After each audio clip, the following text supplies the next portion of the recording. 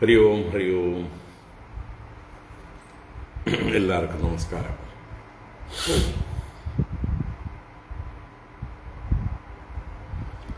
ഓം ശുക്ലാംബരധരം വിഷ്ണും ശശിവർണം ചതുർഭുജം പ്രസന്നവദനം ധ്യായേത് സർവവിഘ്നോപശാന്തയേ. ഗുരവേ സർവലോകാനാം ഭിഷജേ ഭവരോഗിണാം നിധയേ സർവവിദ്യാനാം ദക്ഷിണാമൂർത്തയേ നമഃ.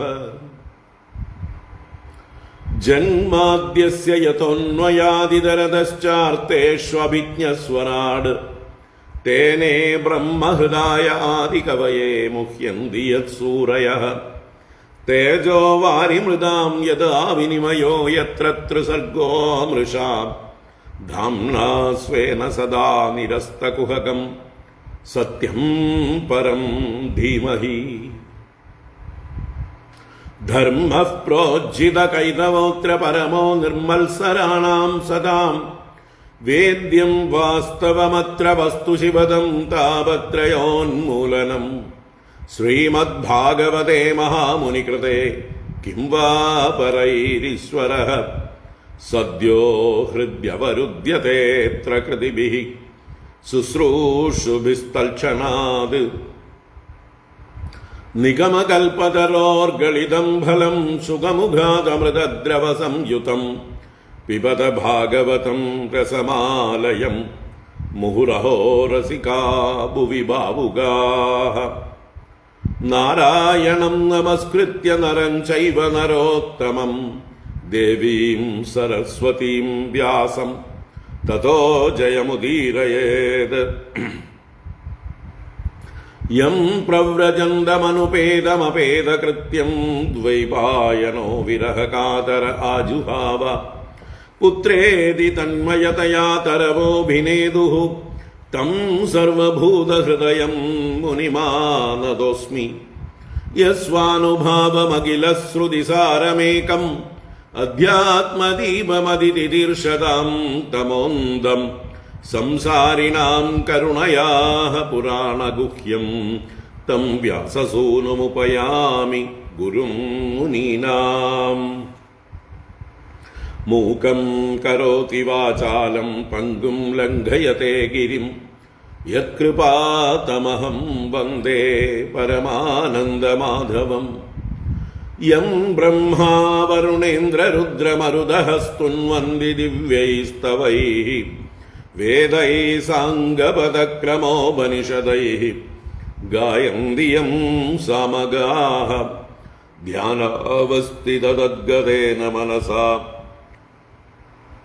പശ്യന്തി യം യോഗിനോ യസ്യാന്തം ന വിദുഃസുരാസുരഗണാഃ. ദേവായ തസ്മൈ നമഃ. കോമളം കൂജയൻ വേണും ശ്യാമളോയം കുമാരകഃ വേദവേദ്യം പരം ബ്രഹ്മ ഭാസതാം പുരതോ മമ. ഭൂതൈർമഹദ്ഭിർയയിമാ പുരോ വിഭുഃ നിർമായസേതേ യദമൂഷു പൂരുഷഃ. ഭുങ്ക്തേ ഗുണാൻ ഷോഡശാത്മകഃ സോലങ്കൃഷീഷ്ട ഭഗവാൻ വ്രജാംസി മേ. സച്ചിദാനന്ദരൂപായ വിശ്വോത്പത്യാദിഹേതവേ താപത്രയ വിനാശായ ശ്രീകൃഷ്ണായ വയം നുമഃ. കൃഷ്ണായ വാസുദേവായ ഹരയേ പരമാത്മനെ പ്രണതക്ലേശനാശായ ഗോവിന്ദായ നമോ നമഃ. കൃഷ്ണായ വാസുദേവായ ദേവകീനന്ദനായ ച നന്ദഗോപകുമാരായ ഗോവിന്ദായ നമോ നമഃ. നമഃ പങ്കജനാഭായ നമഃ പങ്കജമാലിനേ നമഃ പങ്കജനേത്രായ നമസ്തേ പങ്കജാംഗ്രയേ. പീതാംബരം കരവിരാജിതശംഖചക്രകൗമോദഗീ സരസിജം കരുണാസമുദ്രം രാധാസഹായമതിസുന്ദരമന്ദഹാസം വാതാലയേശമനിശം ഹൃദി ഭാവയാമി. വാതാലയേശമനിശം ഹൃദി ഭാവയാമി. ഓം നമോ ഭഗവതേ വാസുദേവായ. ഓം നമോ നാരായണായ. ഓം ശ്രീ ഗുരുവായൂരപ്പ ശരണം. ഓം നമഃ പരമഋഷിഭ്യോ നമഃ പരമഋഷിഭ്യഃ. ശ്രീ ഗുരുഭ്യോ നമഃ.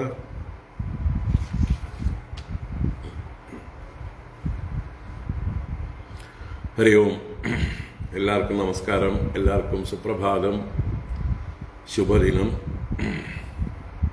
ശ്രീമദ് ഭാഗവത ജ്ഞാനഗംഗയിലേക്ക് സുസ്വാഗതം, സുസ്വാഗതം. നാരായണ.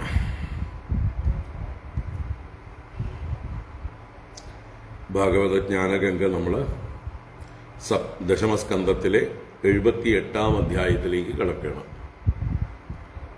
78-ാം അധ്യായം, ആദ്യ ഭാഗം, ദന്തവക്ത്ര വധം. നമ്മൾ കഴിഞ്ഞ അധ്യായത്തിൽ സാല്വവധം, അതാണ് വിശേഷമായിട്ട് കണ്ടത്. അപ്പം എന്തായാലും 78-ാം അധ്യായം വായിച്ചിട്ട് നമുക്ക് അതിലേക്ക് പ്രവേശിക്കാം. ഓം നമോ ഭഗവതേ വാസുദേവായ. അഥ ശ്രീമദ്ഭാഗവതേ ദശമസ്കന്ധേ ഉത്തരാർദ്ധേ അഷ്ടസപ്തതിതമോऽധ്യായഃ. ശ്രീശുക ഉവാച. ശിശുപാലസ്യ സാൽവസ്യ പൗണ്ഡ്രകസ്യാപി ദുർമതിഃ പരലോകഗതാനാം ച കുർവൻ പാരോക്ഷ്യ സൗഹൃദം. ഏകഃ പദാതി സംക്രുദ്ധോ ഗതാപാണിഃ പ്രകമ്പയൻ പദ്ഭ്യാമിമാം മഹാരാജ മഹാസത്വോ വ്യദൃശ്യത. തം തഥായാന്തമാലോക്യ ഗതാമാദായ സത്വരഃ അവപ്ലുത്യ രഥാത് കൃഷ്ണഃ സിന്ധും വേലേവ പ്രത്യദാത്. ഗതാമുദ്യമ്യ കാരുഷോ മുകുന്ദം പ്രാഹ ദുർമദഃ. ദിഷ്ട്യാ ദിഷ്ട്യാ ഭവാനദ്യ മമ ദൃഷ്ടിപദം ഗതഃ. ത്വം മാതുലേയോ നഃ കൃഷ്ണ മിത്രദ്രുങ് മാം ജിഗാംസസി.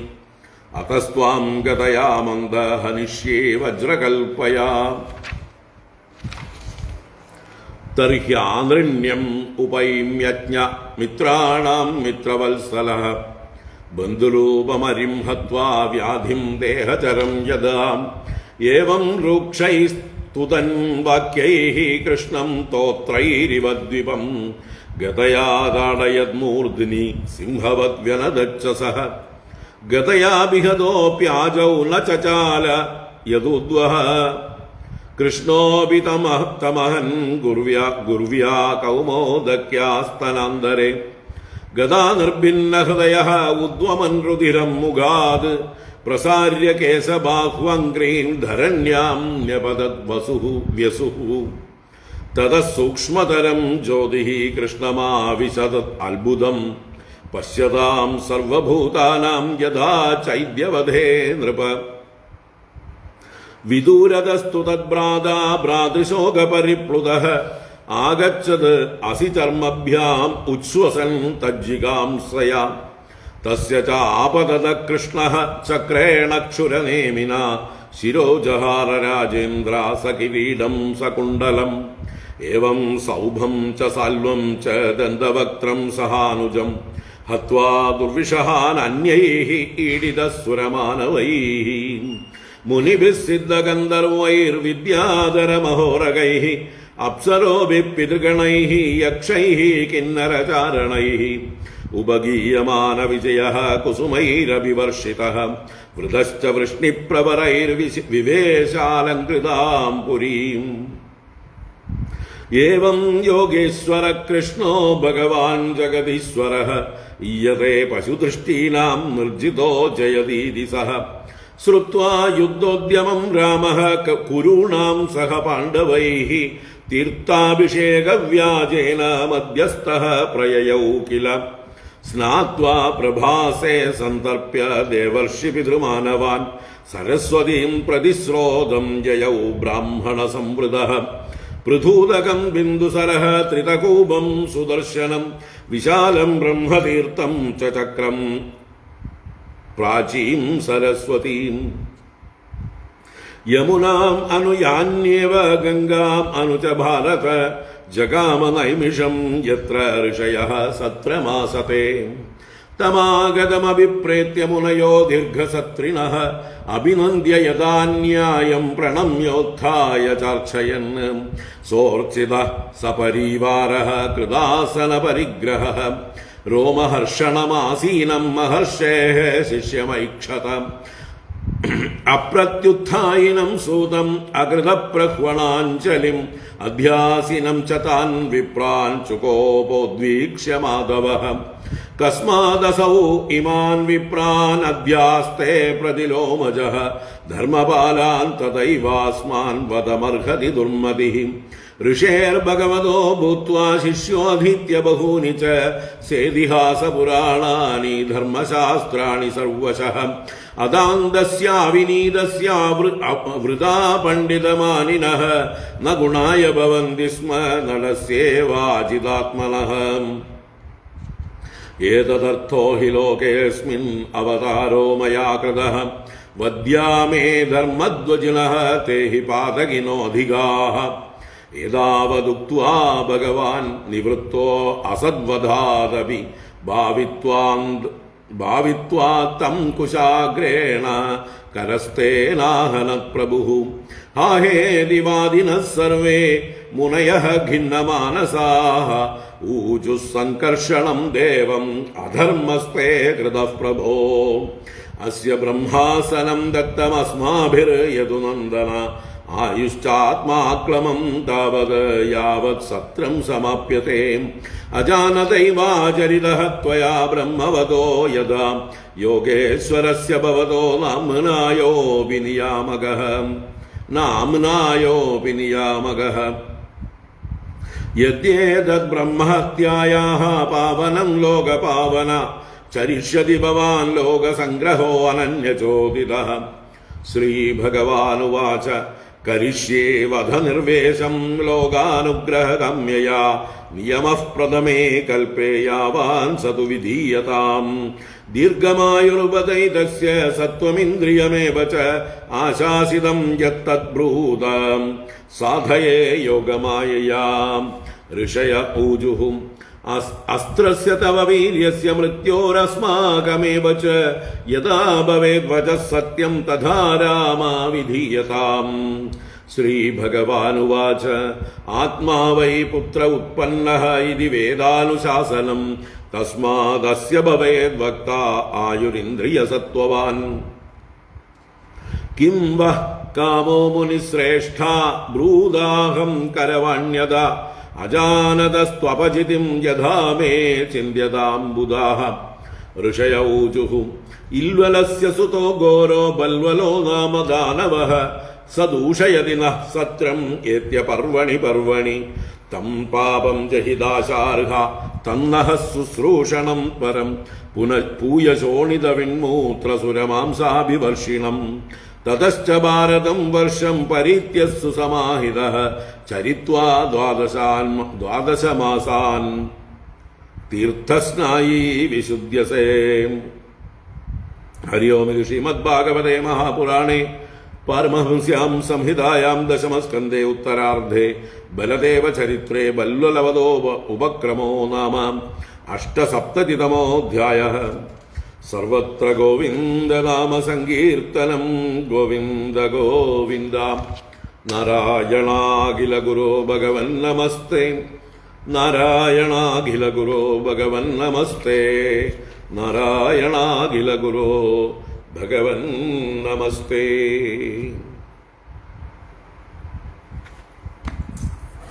ഹരി ഓം. എല്ലാവർക്കും ഒരിക്കൽ കൂടെ നമസ്കാരം. എല്ലാവർക്കും സുപ്രഭാതം, ശുഭദിനം. ഭാഗവത ജ്ഞാനഗംഗയിലേക്ക് സുസ്വാഗതം. നാരായണ.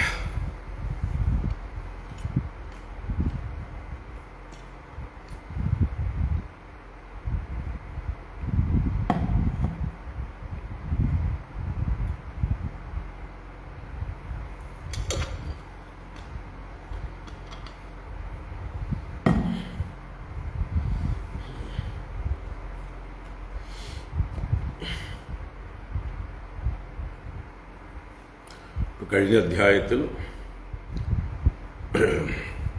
സൗഭം എന്ന വിമാനത്തിൽ വന്ന് ദ്വാരകയെ ആക്രമിച്ച് യാദവന്മാരെ ഉന്മൂലനം ചെയ്യാൻ ശ്രമിച്ച സാൽവനെ സൗഭസഹിതം ഭഗവാൻ നശിപ്പിച്ച് കളഞ്ഞതാണ് കണ്ടത്. ഭഗവാന്റെ അത്ഭുതമായിട്ടുള്ള ചരിത്രം. മഹാദേവനിൽ നിന്ന് മനുഷ്യരാലോ ദേവന്മാരാലോ അസുരന്മാരാലോ ഗന്ധർവന്മാരാലോ ഉരകങ്ങളാലോ ഒന്നും നശിപ്പിക്കപ്പെടാൻ പാടില്ലാത്ത ഒരു വാഹനം തനിക്ക് വേണം എന്ന് പറഞ്ഞ് അപ്രകാരം തന്നെ മഹാദേവൻ മയനോട് നിർദ്ദേശിച്ച് ഉണ്ടാക്കിക്കൊടുത്തതാണ്. ആ സൗഭത്തിലിരുന്നു കൊണ്ടാണ് സാൽവൻ പല മായകളും കാണിച്ചുകൊണ്ട് ഭഗവാനെ പോലും പരിഭ്രമിപ്പിക്കും പോലെ അച്ഛനായ വസുദേവനെ ബന്ധനസ്ഥനാക്കി കൊണ്ടുവന്ന് വധിക്കുന്നത് പോലെയൊക്കെ കാണിച്ച് പലതും ചെയ്തു. പിന്നീട് ഭഗവാൻ ആ സൗഭത്തെ തൻ്റെ ഗദ കൊണ്ട് എറിഞ്ഞ് തകർത്ത് പൊടി പൊടിയാക്കി കളഞ്ഞു. പിന്നീട് സാൽവനെ ചക്രം കൊണ്ട് ശിരച്ഛേദം ചെയ്തു. അപ്പോൾ ആ സൗഭത്തെ നശിപ്പിച്ചതിലൂടെ ഭഗവാൻ മനുഷ്യനല്ല, ദേവനല്ല, ഗന്ധർവനല്ല, അസുരനല്ല, വിദ്യാധരനല്ല, ബ്രഹ്മസൃഷ്ടിയിൽപ്പെട്ട ആളെ അല്ല, കൃഷ്ണസ്തു ഭഗവാൻ സ്വയം എന്ന് ഒന്നുകൂടെ സ്ഥാപിച്ചു. പല പ്രാവശ്യം പല രീതിയിൽ ഭഗവാൻ അത് എസ്റ്റാബ്ലിഷ് ചെയ്തു കഴിഞ്ഞിരിക്കുന്നു. ഇതൊന്നുകൂടെ സ്ഥാപിക്കലാണ് ഈ ലീല. അപ്പോൾ അങ്ങനെയുള്ള ആ സാൽവവധം കഴിഞ്ഞ ശേഷം സഖീനാം അപചിതിം കുറുവൻ ദന്തവക്ത്രോ രുഷ അഭ്യഗാത് എന്നാണ് കഴിഞ്ഞ അധ്യായത്തിന്റെ അവസാന ഒരു ശ്ലോകം പറഞ്ഞത്. സഖീനാം അപചിതിം കുറുവൻ, തൻ്റെ കൂട്ടുകാർക്ക് പ്രതിക്രിയ ചെയ്യാനായിക്കൊണ്ട് അല്ലെങ്കിൽ തർപ്പണം ചെയ്യാനായിക്കൊണ്ട് ദന്തവക്ത്ര, ആ ദന്തവക്ത്രൻ എന്ന് പറയുന്ന വ്യക്തി രുഷ അഭ്യഗാത്, രോഷത്തോടുകൂടി അഭിഗമിച്ചു ഭഗവാന്റെ നേരെ യുദ്ധത്തിനായിക്കൊണ്ട് വരികയാണ്. അത് തന്നെ തുടരുകയാണ് 78-ാം അധ്യായത്തിൽ. അപ്പോൾ 77-ൽ തുടങ്ങി വെച്ച ആശയം 78-ൽ തുടരുകയാണ്. ഓം നമോ ഭഗവതേ വാസുദേവായ. അഥ 8-സപ്തതിതമോऽധ്യായഃ. ശ്രീശുക ഉവാച. ശിശുപാലസ്യ സാൽവസ്യ പൗണ്ഡ്രകസ്യാപി ദുർമതിഃ പരലോകഗതാനാം ച കുർവൻ പാരോക്ഷ സൗഹൃദം. ഏകഃ പദാദി സംക്രുദ്ധോ ഗതാപാണിഃ പ്രകമ്പയൻ പദ്ഭ്യാം ഇമാം മഹാരാജ മഹാസത്വോ വ്യദൃശ്യത. ശ്രീശുക ഉവാച. ശിശുപാലസ്യ സാൽവസ്യ പൗണ്ഡ്രകസ്യാപി ദുർമതിഃ പരലോകഗതാനാം ച കുർവൻ പാരോക്ഷ സൗഹൃദം. ഏകഃ പദാദി സംക്രുദ്ധോ ഗദാപാണിഃ പ്രകമ്പയൻ പദ്ഭ്യാം ഇമാം മഹാരാജ മഹാസത്വോ വ്യദൃശ്യത. സുഖബ്രഹ്മർഷി കഥ തുടരുകയാണ്. ശിശുപാലസ്യ സാൽവസ്യ പൗണ്ഡ്രകസ്യ പരലോകഗതാനാം പാരോക്ഷ്യ സൗഹൃദം കുർവന് ദുർമതിഃ സാൽവഃ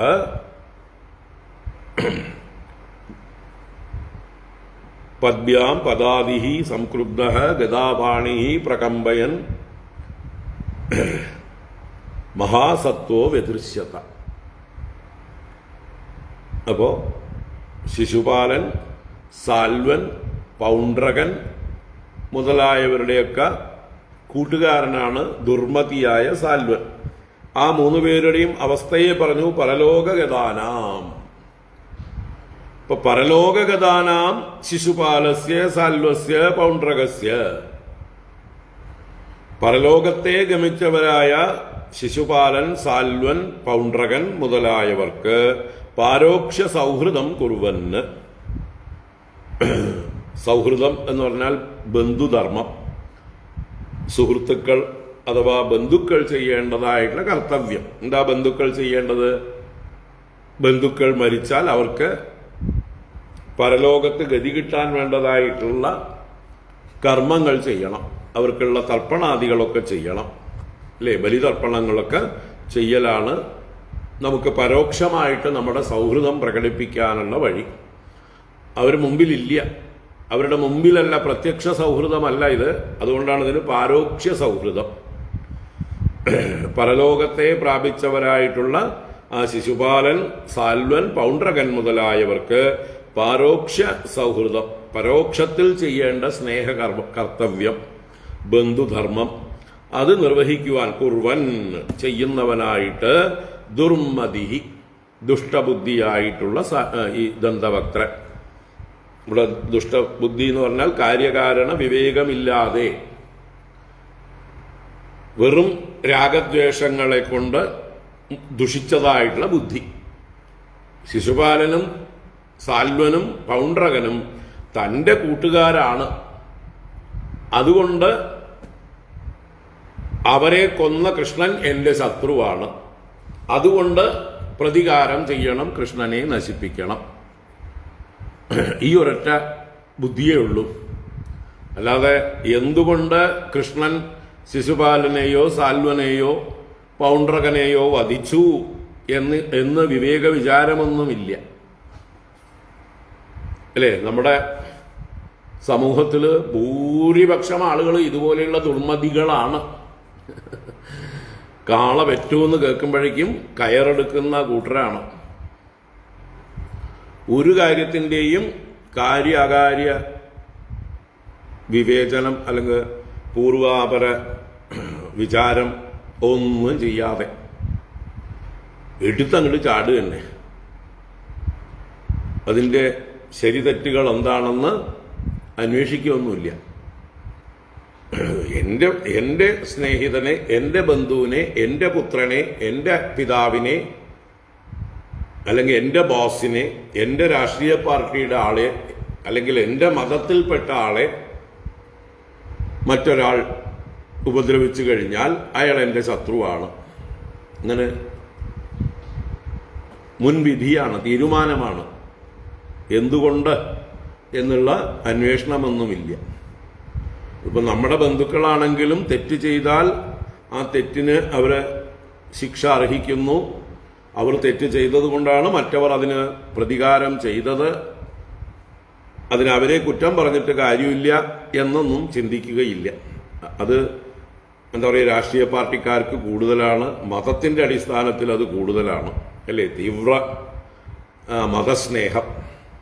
എൻ്റെ മതത്തിൽപ്പെട്ടവരെ ഇന്നവർ ഉപദ്രവിച്ചു, അതുകൊണ്ട് ഞാൻ തിരിച്ചടിച്ചിരിക്കണം. ഇത് ഹിന്ദു മതത്തിലുള്ളവർക്ക് ഇല്ല കേട്ടോ.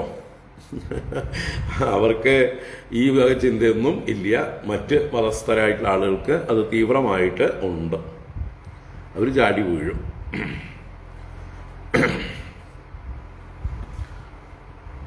ഹിന്ദുക്കൾ പിന്നെ ആരെയും, സ്വന്തം അച്ഛനെയും അമ്മയും സ്വന്തം സഹോദരങ്ങളെ പോലും ആരെങ്കിലും ഉപദ്രവിച്ചാൽ നമുക്ക് എന്ത് കാര്യം അവിടെ, അത് അവർ തമ്മിലായി എന്ന് പറഞ്ഞ് നിസ്സംഗരായി മാറിപ്പോകുന്നവരാണ്.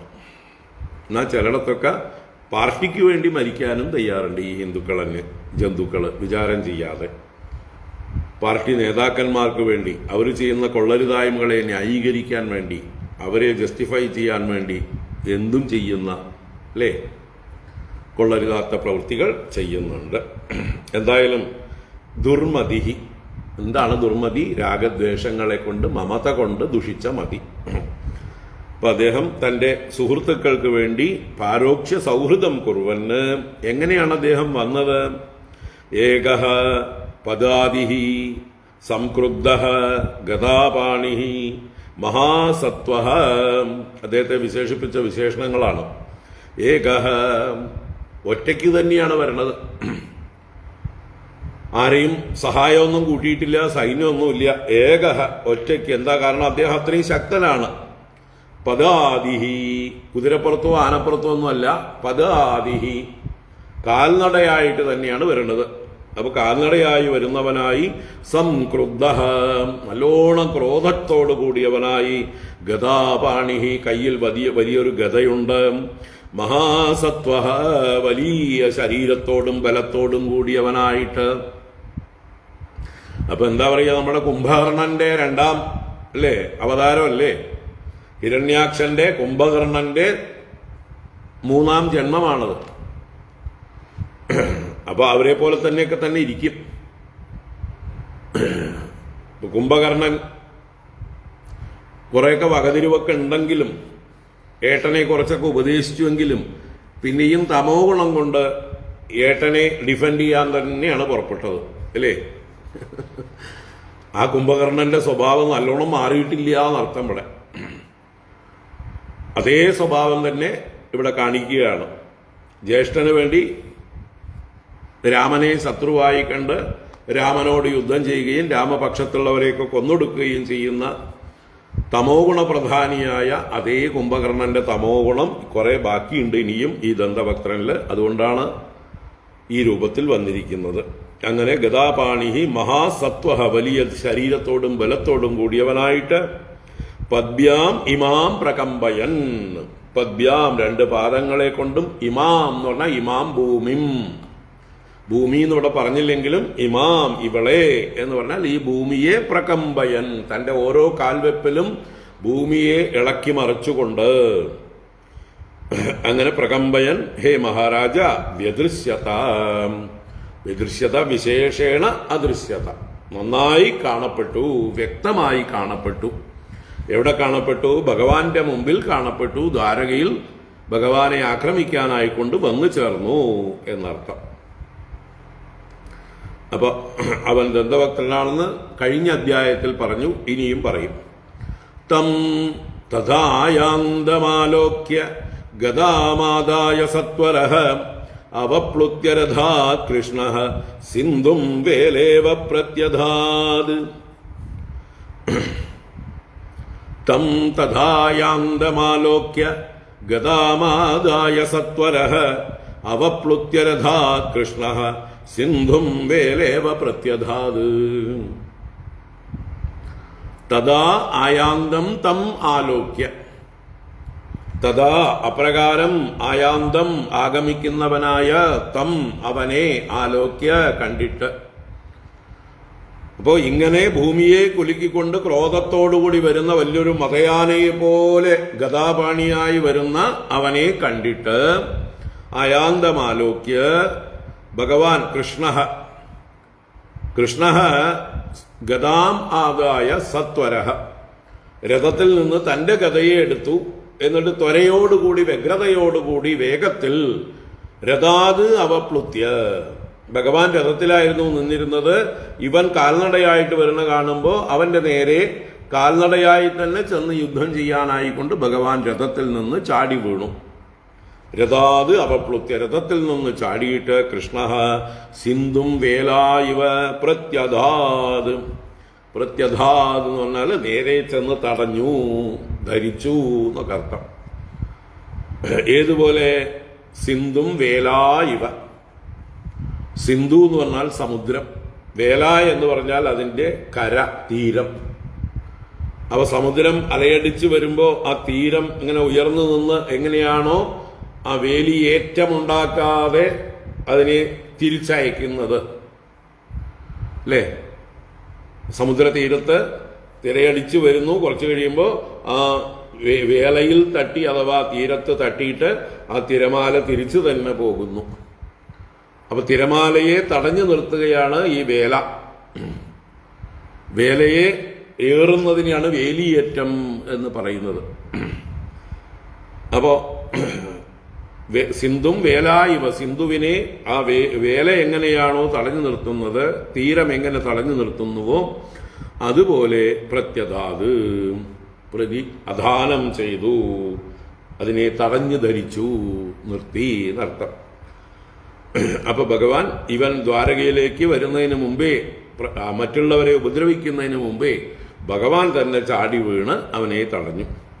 ഗദാമുദ്യമ്യ കാരൂഷോ മുകുന്ദം പ്രാഹ ദുർമദഃ ദിഷ്ട്യാ ദിഷ്ട്യാ ഭവാനദ്യ മമ ദൃഷ്ടിപഥം ഗതഃ ഗദാമുദ്യമ്യ കാരൂഷോ മുകുന്ദം പ്രാഹ ദുർമദഃ ദിഷ്ട്യാ ദിഷ്ട്യാ ഭവാനദ്യ മമ ദൃഷ്ടിപഥം ഗതഃ.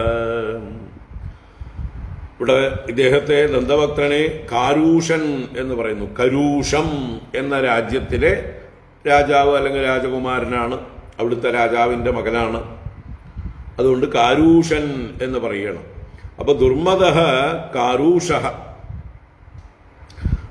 ദുർമദനായ ആ കാരൂഷൻ, കരൂഷ രാജ്യത്തെ രാജാവ് ഗദാമുദ്യമ്യ, ഗദയെ ഉയർത്തിപ്പിടിച്ചുകൊണ്ട് ഭഗവാന്റെ നേരെ ഓങ്ങിക്കൊണ്ട് അദ്യ ഭവാൻ മമ ദൃഷ്ടിപദം ഗതഃ ദിഷ്ട്യാ ദിഷ്ട്യാ ഇതി മുകുന്ദം പ്രാഹ.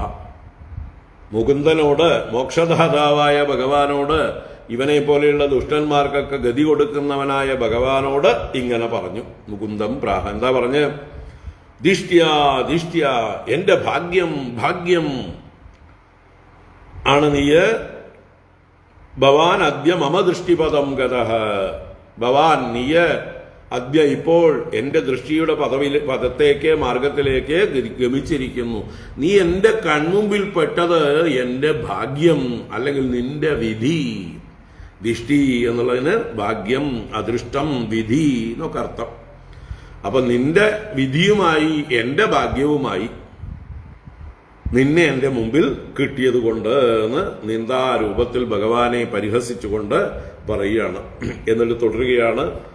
ത്വം മാതുലേയോ നഃ കൃഷ്ണ മിത്രദൃങ് മാം ജിഗാംസസി അധസ്ത്വാം ഗതയാ മന്ദ ഹനിഷ്യേ വജ്രകൽപ്പയാ. ത്വം മാതുലേയോ നഃ കൃഷ്ണ മിത്രദൃങ് മാം ജിഗാംസസി അധസ്ത്വാം ഗതയാ മന്ദ ഹനിഷ്യേ വജ്രകൽപ്പയാ. കഴിഞ്ഞ ആ വാചകത്തില് ദിഷ്ട്യാ ദിഷ്ട്യാ ഭവാൻ അദ്യ മമ ദൃഷ്ടിപഥം ഗതഃ എന്നുള്ളതിന് പരിഹാസോക്തിയാണെങ്കിലും മറ്റൊരു അർത്ഥം കൂടി ഉണ്ട് അതിന്. എന്റെ ഭാഗ്യം, മോക്ഷദാതാവായ നീ എന്റെ മുമ്പിൽ വന്നൂലോ. എന്താ അതിന്റെ അർത്ഥം? എനിക്ക് മോക്ഷം നൽകാൻ വേണ്ടിയിട്ടാണല്ലോ നിന്റെ അവതാരമെല്ലാം. അപ്പൊ എനിക്ക് മോക്ഷം തരാനായിക്കൊണ്ട് മുകുന്ദനായ നീ എന്റെ മുമ്പിൽ വന്നിരിക്കുന്നു. എന്റെ ഭാഗ്യം, എനിക്കിതാ മോക്ഷം കിട്ടാൻ പോകുന്നു എന്ന് അറിയാതെ പറഞ്ഞുപോയി. നിന്ദയാണ് ഉദ്ദേശ്യമെങ്കിലും അതിന്റെ അർത്ഥം ഈ അർത്ഥത്തിലും എനിക്ക് മോക്ഷം തരാനായിക്കൊണ്ട് വന്നു എന്റെ ഭാഗ്യം. വാസ്തവം തന്നെ അല്ലേ? അദ്ദേഹം പറഞ്ഞതില് ആ ഭാഗ്യമുണ്ട്.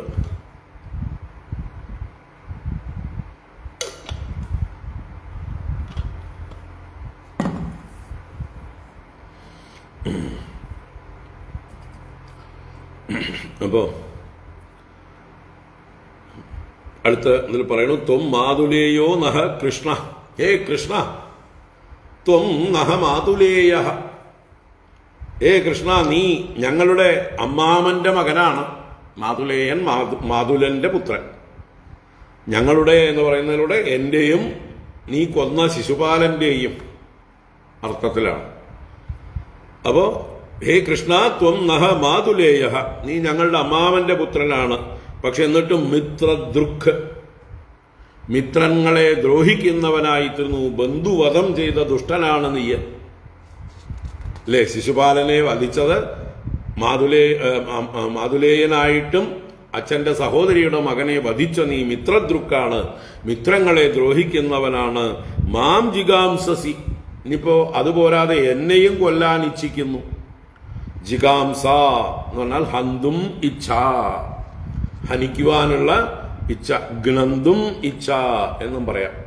ഹനിക്കുവാനുള്ള ഇച്ഛയാണ് ജിഗാംസ. അപ്പൊ മാം ജിഗാംസതി, എന്നെ ജിഗാംസസി, ത്വം ജിഗാംസസി, നീ എന്നെ കൊല്ലാൻ ആഗ്രഹിക്കുന്നു.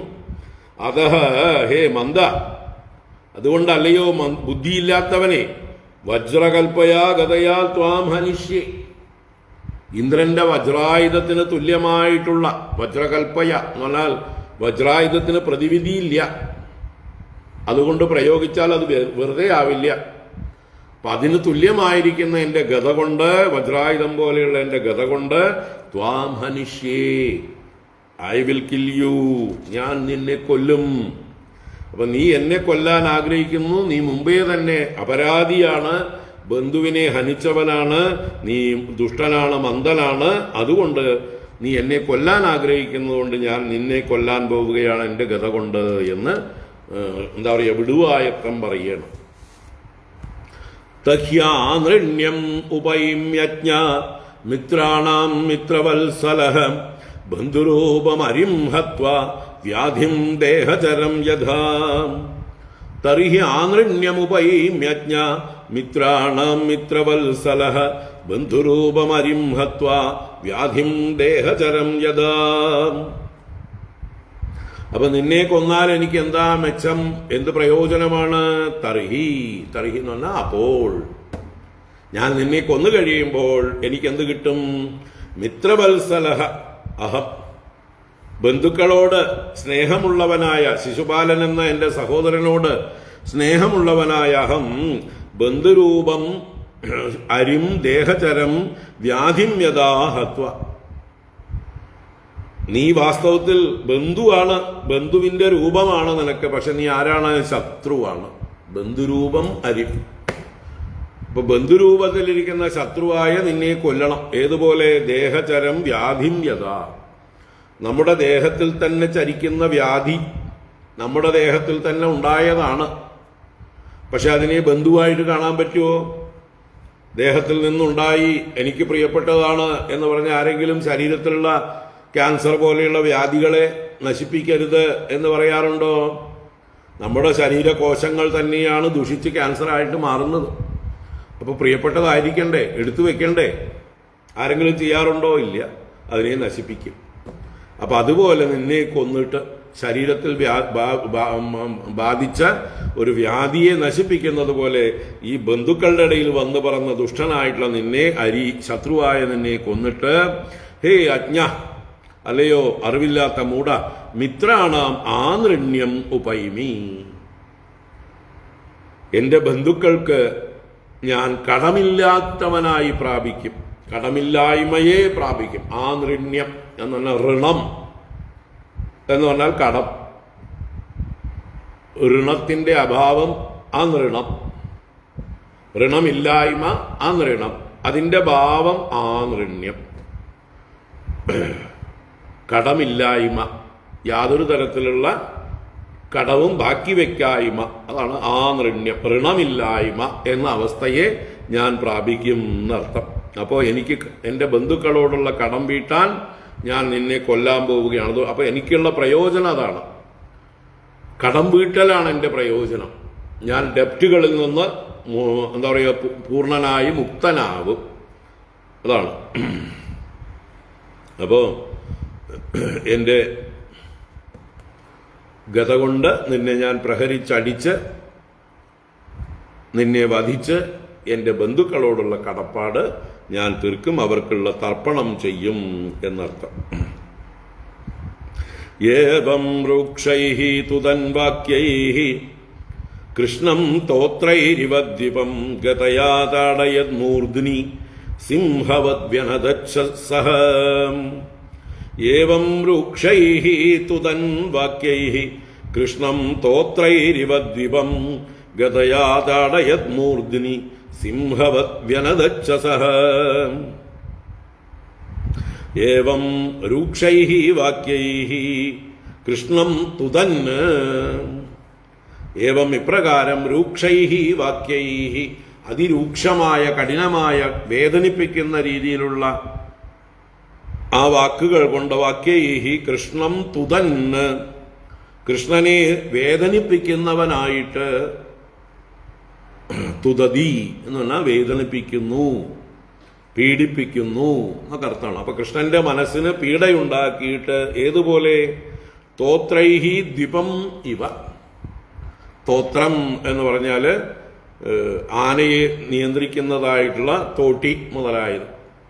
അപ്പൊ തോട്ടിയെ കൊണ്ട് ആനയെ മർമ്മത്തിൽ പിടിച്ച് വലിച്ചാൽ ചെവിയിലോ അല്ലെങ്കിൽ ആനകളുടെ ശരീരത്തിൽ എവിടെയെങ്കിലും ഒരു ഒരു മുറിവ് ഉണങ്ങാതെ സംരക്ഷിക്കും അല്ലേ? നല്ല അടക്കമില്ലാത്ത ആനകളാണെങ്കിൽ പ്രത്യേകിച്ചും അത് പഴുത്തിരിപ്പുണ്ടാവും ഏതെങ്കിലും ഒരു ഭാഗത്ത് ഒരു മുറിവ്. പാപ്പാന്മാര് ആന വികൃതി കാണിച്ചാൽ ഉടനെ മർമ്മത്തിലേക്കാണ് പിടിക്കുക തോട്ടിക്കൊണ്ട്. അപ്പൊ ആന കിടന്ന് അനങ്ങാൻ പറ്റാതെ ബന്ധനസ്ഥനായിട്ട് നിന്നുപോകും. അല്ലാത്ത കാഴ്ചകളത്. അതിനു വേണ്ടിയിട്ടാണ് ചില മുറിവുകൾ ഉണക്കാതെ വയ്ക്കും. തോണ്ടിക്കൊണ്ടേയിരിക്കും, അതിനെ പഴുപ്പിച്ചുകൊണ്ടേയിരിക്കും ചില ദുഷ്ടന്മാരായിട്ടുള്ള പാപ്പാന്മാര്. അപ്പൊ അതുപോലെ ഇവിടെ ആനയെ തോട്ടിക്കൊണ്ട് വേദനിപ്പിക്കും പോലെ, പീഡിപ്പിക്കും പോലെ ഭഗവാനെ ഈ ദന്തഭക്തൻ വാക്കുകളാകുന്ന അസ്ത്രങ്ങളെ കൊണ്ട്, ആയുധങ്ങളെ കൊണ്ട് പീഡിപ്പിച്ചു എന്നാ പറയണത്. ദീപം തോത്രൈഹി ഇവ കൃഷ്ണം തുതന്ന് സഹ ഗതയാ മൂർധ്നി അതാടയത്. അപ്പോ ദന്തഭക്തൻ തന്നെ ആദ്യത്തെ പ്രഹരം, അറ്റാക്ക് ഭഗവാന്റെ നേരെ പ്രയോഗിച്ചു. ഗത കൊണ്ട് ഭഗവാന്റെ മൂർധാവിലേക്ക് താടനം ചെയ്തു. സിംഹവത് വ്യനതത് ഛ, ഒരു സിംഹത്തെ പോലെ നാദം ചെയ്യുകയും ചെയ്തു. ഒന്ന് ഗർജിച്ചുകൊണ്ടാണ് ഭഗവാന്റെ ശിരസിലേക്ക് തന്റെ ഗത കൊണ്ട് പ്രഹരിച്ചത്. അതിന് എന്ത് സംഭവിച്ചു? ഗതയാഭിഹതോപി ആജൗ ന ചചാല യദുദ്വഹ കൃഷ്ണോപി തം അഹൻ ഗുർവ്യാ കൗമോദക്യാസ്തനാന്തരേ. ഗതയാഭിഹതോപ്യാജൗ ന ചചാല യദുദ്വഹ കൃഷ്ണോപി തമഹൻ ഗുർവ്യാ കൗമോദക്യാസ്തനാന്തരേ. ആജൗ ഗതയാ അഭിഹതഃ യദുദ്വഹ. യദുദ്വഹൻ യദുവംശത്തെ വഹിക്കുന്നവൻ ഭഗവാൻ. ആ ഭഗവാൻ അടിക്കപ്പെട്ടു, അഭിഹനിക്കപ്പെട്ടു. എവിടെ? ഗതയ. ആജൗ എന്ന് പറഞ്ഞാൽ യുദ്ധത്തിൽ. ഇപ്പൊ യുദ്ധം ആരംഭിച്ചു, ദ്വന്ദ്വയുദ്ധം. ആ യുദ്ധത്തിൽ തന്റെ ശിരസിൽ ഗത കൊണ്ട് അടിക്കപ്പെട്ടവനായിട്ടുള്ള ആ യദുദ്വഹനായ ഭഗവാൻ ന ചചാല, ഒന്ന് അനങ്ങിയില്ല, നിന്നിടത്തുനിന്ന് കുലുങ്ങിയില്ല, ചലിച്ചില്ല. എന്നിട്ടോ കൃഷ്ണ അഭീതം ഗുർവ്യ കൗമോദക്യാസ്തനാന്തരേ അഹന്ന്.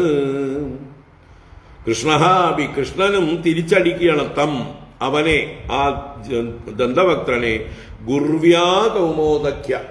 ഗുർവീ എന്ന് പറഞ്ഞാൽ ഭാരമേറിയത്, വളരെ വലുതായിരിക്കുന്ന ഭാരമേറിയതായിട്ടുള്ള ഗുർവീ കൗമോദകി. ആ കൗമോദകി എന്ന് പറയുന്ന ഭഗവാന്റെ ഗത അല്ലേ? കൗമോദകി എന്നുള്ള വാക്കിന്റെ അർത്ഥം എന്താ? ഭൂമിക്ക് മോദത്തെ നൽകുന്നത്. കും മോദയതീതി കൗമോദകി.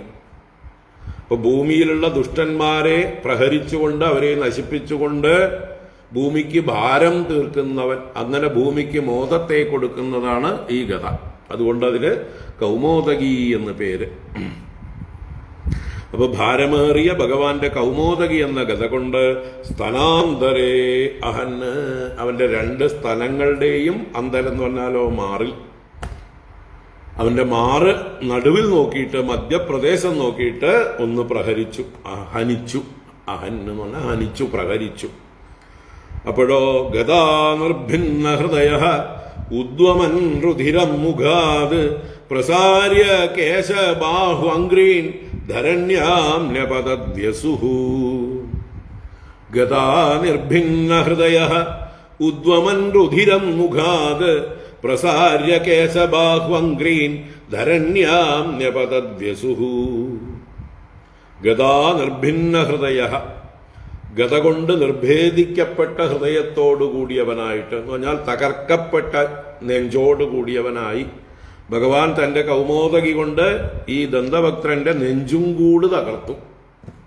അപ്പൊ ഹൃദയവും ചതഞ്ഞു. അങ്ങനെ ഭേദിക്കപ്പെട്ട ഹൃദയത്തോടുകൂടിയവനായിട്ട് മുഖാത് രുതിരം ഉദ്വമന്, അവന്റെ വായിൽ നിന്ന് രുതിരം ഛർദിച്ചുകൊണ്ട് വ്യസുഹു, വിഗതമായ അസുവായി എന്ന് പറഞ്ഞാൽ പ്രാണൻ പോയവനായിട്ട് കേശബാഹു അംഗ്രീൻ പ്രസാര്യ ധരണ്യാം ന്യപതത്, നമ്മുടെ പൂതന വീണതുപോലെ വീണു. എന്തൊക്കെയാണ് പരത്തിക്കൊണ്ട്? കേശാൻ, അവന്റെ തലമുടി പരത്തിയിട്ടുകൊണ്ട്, ബാഹു, രണ്ട് കൈകളും അങ്ങോട്ടും ഇങ്ങോട്ടും പരത്തിയിട്ടുകൊണ്ട്, അംഗ്രീൻ, പാദങ്ങളെ, രണ്ട് കാലുകളെ പരത്തിയിട്ടുകൊണ്ട്, ഭൂമിയിലേക്ക് ധരണ്യാം ന്യപതത്, ഭൂമിയിൽ പതിച്ചു. അപ്പോ ഭഗവാന്റെ ഒരൊറ്റ അടിയെ വേണ്ടി വന്നുള്ളൂ. മാറു നോക്കിയിട്ടാണ് അടിച്ചത്. ആ അടി കൊണ്ട് രക്തം ഛർദ്ദിച്ചുകൊണ്ട് ദന്തവക്ത്രന്റെ പണി കഴിഞ്ഞു. ഭൂമിയിൽ മലർന്നടിച്ചു വീണു, കയ്യും കാലും ഒക്കെ പരത്തിയിട്ടിട്ട്. തത സൂക്ഷ്മതരം ജ്യോതി കൃഷ്ണമാവിശദത്ഭുതം പശ്യതാം സർവഭൂതാനാം യഥാ ചൈദ്യവധേ നൃപ. തത സൂക്ഷ്മതരം ജ്യോതി കൃഷ്ണമാവിശദത്ഭുതം പശ്യതാം സർവഭൂതാനാം യഥാ ചൈദ്യവധേ നൃപ. യഥാ ചൈദ്യവധേ, ചൈദ്യവധത്തിൽ, ചേതിരാജാവായ ശിശുപാലന്റെ വധത്തിൽ എപ്രകാരമോ അപ്രകാരം എന്ത് സംഭവിച്ചു? സർവഭൂതാനാം പശ്യതാം, എല്ലാ ഭൂതങ്ങളും എന്ന് പറഞ്ഞാൽ എല്ലാവരും, മനുഷ്യരും ദേവന്മാരും ഗന്ധർവന്മാരും എന്ന് പറഞ്ഞ പോലെ ആകാശത്ത് ആരൊക്കെ നോക്കി നിൽക്കുന്നുണ്ടോ അറിയില്ല. ഋഷിമാർ നോക്കി നിൽപ്പുണ്ടാവാം. എല്ലാവരും നോക്കി നിൽക്കേ. സർവഭൂതാനാം പശ്യതാം സദാം, ആ അവന്റെ സൂക്ഷ്മതരം ജ്യോതി, ഈ ദന്തവക്രനിൽ നിന്ന് അതിസൂക്ഷ്മമായിട്ടുള്ള ഒരു ജ്യോതിസ്, ഒരു തേജസ്, അത്ഭുതമായിട്ട് കൃഷ്ണം ആവിശത്, കൃഷ്ണനെ ആവേശിച്ചു, കൃഷ്ണനിലേക്ക് പ്രവേശിച്ചു. അപ്പൊ അപൂർവമായിരിക്കുന്ന ആ ഒരു ജ്യോതിസ് കൃഷ്ണനിൽ ചെന്ന് ലയിക്കുന്നത് അവിടെയുള്ളവരൊക്കെ കണ്ടു. ആരൊക്കെയുണ്ടോ എല്ലാവരും കണ്ടു എന്നർത്ഥം. അപ്പൊ എല്ലാവരുടെയും കൺമുമ്പിൽ പ്രത്യക്ഷമായിട്ട് തന്നെ ഈ ദന്തവക്ത്രന് മുകുന്ദൻ ഗതി കൊടുക്കുന്നത് കണ്ടു എന്നർത്ഥം. അപ്പൊ അങ്ങനെ ദന്തവക്ത്രന്റെ പാപങ്ങളും ക്ഷയിച്ച് ദന്തവക്ത്രനും ഭഗവാനിൽ ലയിച്ചു. ജയവിജയന്മാരിലെ വിജയനായി, അല്ലെ, വൈകുണ്ഠത്തിലേക്ക് തിരിച്ചു ചെന്നു എന്നർത്ഥം. തത സൂക്ഷ്മതരം ജ്യോതി കൃഷ്ണമാവിശദത്ഭുതം പശ്യതാം സർവഭൂതാനാം യഥാ ചൈദ്യവധേ നൃപ. വിദൂരതസ്തു തദ്ഭ്രാതാ ഭ്രാതൃശോക പരിപ്ലുതഃ ആഗച്ഛത് അസിചർമ്മഭ്യാം ഉച്ഛ്വസൻ തജ്ജിഗാംസയാ. വിദൂരതസ്തു തദ്ഭ്രാതാ ഭ്രാതൃശോക പരിപ്ലുതഃ ആഗച്ഛത് അസിചർമ്മഭ്യാം ഉച്ഛ്വസൻ തജ്ജിഗാംസയാ. ഇവിടെ വിദൂരതഃ തദ്ഭ്രാത, തദ്ഭ്രാത എന്ന് പറഞ്ഞാൽ തസ്യ ഭ്രാത, കസ്യ ദന്തവക്ത്രസ്യ, ദന്തവക്ത്രസ്യ ഭ്രാത വിദൂരതഃ, ദന്തവക്ത്രന്റെ സഹോദരനായ വിദൂരതൻ. ഭ്രാതൃശോക പരിപ്ലുതഃ, തന്റെ സഹോദരനെ കുറിച്ചുള്ള ശോകം കൊണ്ട് മുങ്ങിയവനായിട്ട്, ജ്യേഷ്ഠന്റെ മരണം നിമിത്തം ശോകം വർദ്ധിച്ചവനായിട്ട്, ശോകത്തിൽ മുങ്ങിയവനായിട്ട്. ശോകത്തിൽ മുങ്ങിക്കഴിഞ്ഞാൽ പിന്നെ കണ്ണും മൂക്കും ഒന്നും കാണില്ല, ബുദ്ധി പ്രവർത്തിക്കില്ല. അപ്പോ തന്റെ നാശം ചിന്തിക്കാതെ, ഭഗവാൻ എന്തിന് ദന്തവക്ത്രനെ വധിച്ചു എന്ന് ചിന്തിക്കാതെ, ഭഗവാനെ ദന്തവക്ത്രനാണ് ആദ്യം പ്രഹരിച്ചത്, മുൻപിൻ ചിന്തയില്ലാതെ. അപ്പൊ തിരിച്ചടിച്ചു എന്നേ ഉള്ളൂ. ഭഗവാൻ ഒരടി അടിച്ചിട്ടുള്ളൂ, രണ്ടാമതൊന്നും അടിച്ചിട്ടുമില്ല. പക്ഷേ തന്റെ ജ്യേഷ്ഠനാശം കൊണ്ടുള്ള ദുഃഖത്തിൽ മുങ്ങിയവനായിട്ടുള്ള ഭ്രാതൃശോക പരിപ്ലുതഃ തദ്ഭ്രാതാ വിദൂരതഃ, അവന്റെ സഹോദരനായ വിദൂരതനാകട്ടെ ഉച്ഛ്വസൻ, ഉച്ഛ്വസൻ എന്ന് പറഞ്ഞാൽ പാമ്പ് ചീറ്റും പോലെ ശ്വസിച്ചുകൊണ്ട്, ഹും ഹും ഹും എന്ന് ഉച്ചത്തിൽ ശ്വസിച്ചുകൊണ്ട്, അസിചർമ്മഭ്യാം തജ്ജിഗാംസയാ ആഗച്ഛത്. തജ്ജിഗാംസയ, തസ്യ ജിഗാംസയ, ജിഗാംസ ഹന്തുമിച്ഛ. അപ്പൊ ഭഗവാനെ കൊല്ലുവാനുള്ള ആഗ്രഹത്തോടെ, ആ നിശ്ചയത്തോടെ, അസി ചർമ്മഭ്യാം, അസി വാള്, ചർമ്മം പരിച. അപ്പൊ വാളും പരിചയം രണ്ട് കയ്യിലും പിടിച്ചുകൊണ്ട് ആഗച്ഛത്, ഭഗവാന്റെ നേരെ ആഗമിച്ചു, പാഞ്ഞു ചെന്നു. ഭഗവാനെ ആക്രമിക്കാനായിട്ട് വാളും പരിചയമായിട്ട് ചെന്നു, ഭഗവാനെ ആക്രമിക്കുകയാണ്. തസ്യ ചാപഗത കൃഷ്ണഃ ചക്രേണ ക്ഷുരനേമിന ശിരോജഹാര രാജേന്ദ്ര സകിരീടം സകുണ്ടലം. തസ്യ ചാപഗത കൃഷ്ണഃ ചക്രേണ ക്ഷുരനേമിന ശിരോജഹാര രാജേന്ദ്ര സകിരീടം സകുണ്ടലം. ആപതതഃ തസ്യ, തന്റെ നേരെ ആപതിക്കുന്നവൻ, പാഞ്ഞു വരുന്നവൻ, ചാടി വീഴുന്നവൻ എന്നൊക്കെ അർത്ഥം. തന്റെ നേരെ ചാടി വരുന്നവനായിട്ടുള്ള തസ്യ, അവന്റെ ശിരഃ, അവന്റെ ശിരസിനെ കൃഷ്ണ ശുരനേമിനാ ചക്രേണ ജഹാര. ക്ഷുരനേമി, നല്ല മൂർച്ചയേറിയ ആ നേമി അഥവാ വക്കുകളോടുകൂടിയതായിട്ടുള്ള, അരം പോലെ മൂർച്ചയുള്ളതായിട്ടുള്ള തന്റെ ആ ചക്രം കൊണ്ട് അവന്റെ ശിരസിനെ ജഹാര, ഹരിച്ചു. എങ്ങനെ? സകിരീടം സകുണ്ടലം, കിരീടത്തോടുകൂടിയ ശിരസിനെ. കാതിലെ ആഭരണങ്ങൾക്കും യാതൊരു കേടുമില്ല, നല്ല ചന്തമുണ്ട് കാണാൻ ആളുടെ തല. അപ്പൊ തല മാത്രം, കഴുത്തിൽ അസ്ത്രം കൊണ്ട് തലയ്ക്ക് കിരീടത്തിനോ കാതിലെ കർണഭൂഷണങ്ങൾക്കോ ഒരു കേടുമില്ലാതെ ഭഗവാൻ ഛേദിച്ചെടുത്തു. സകിരീടം സകുണ്ടലം ശിരോ ജഹാര. ഹേ രാജേന്ദ്ര, അല്ലയോ പരീക്ഷിത്ത് രാജാവെ കേൾക്കൂ എന്ന് രാജേന്ദ്ര എന്നുള്ളത് പരീക്ഷത്തിനെ സംബോധന ചെയ്തതാണ്. അപ്പൊ ഇവിടെ വിദൂരതന്റെ വധവും ആയി.